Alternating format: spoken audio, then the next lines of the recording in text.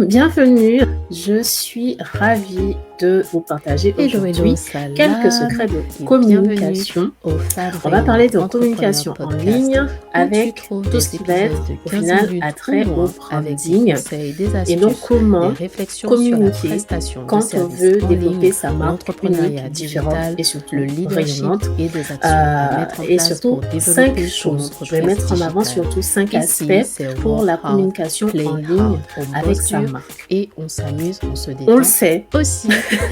Communiquer, c'est important. Ça va l'être pour développer son activité, pour partager son contenu, partager surtout ses offres, ses produits, ses services, pouvoir introduire, faire découvrir ce qu'on a à proposer, la valeur qu'on a à offrir.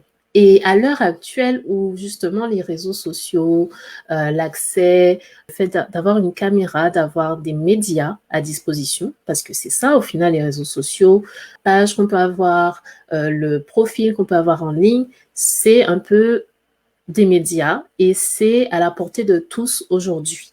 Ce qui rend la chose encore plus, je dirais facile par rapport à d'autres années. Parce que par rapport à d'autres années, ce n'était pas forcément évident d'avoir ces accès-là, d'avoir ces moyens-là. Et aujourd'hui, il n'y a pas vraiment besoin, par exemple, de passer à la télé ou d'avoir des moyens colossaux pour démarrer sa communication. Ensuite, ce qui va jouer, du moins sur le développement de la marque et ce qu'on va en faire, c'est la façon dont on va utiliser ces médias, la façon dont on va utiliser toutes ces choses pour pouvoir propulser sa marque, pour pouvoir faire une différence avec sa communication. Quand on élabore sa communication, quand on sait qu'on veut développer sa page, qu'on veut parler de ses services, de ses produits, eh bien, il y a quand même un plan de communication à avoir en tête. Puisque on va communiquer, on va faire des partages, on va faire des publications avec une finalité derrière.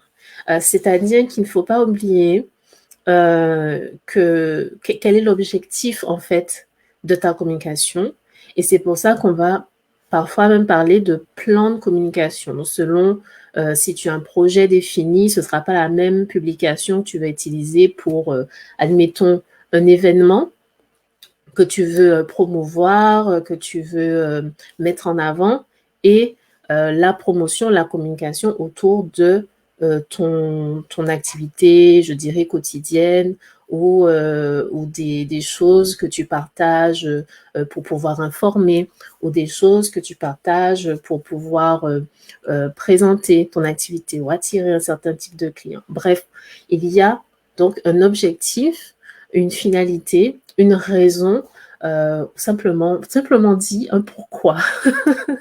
Pourquoi poster ce que tu postes ou publier ce que tu veux publier. Et sachant que si ce pourquoi, cette raison qui te pousse à faire ta publication n'est pas forcément alignée avec les objectifs de ta marque, les choses que tu souhaites mettre en avant dans ta marque, eh bien, c'est intéressant de se demander, est-ce que c'est vraiment pertinent? Est-ce que c'est vraiment utile de publier cette chose? Voilà. Il est temps de rayonner en ligne. Merci d'être passé, d'avoir écouté, et si tu souhaites aller plus loin, tu peux visiter le site internet www.femmerayonnantes.fr.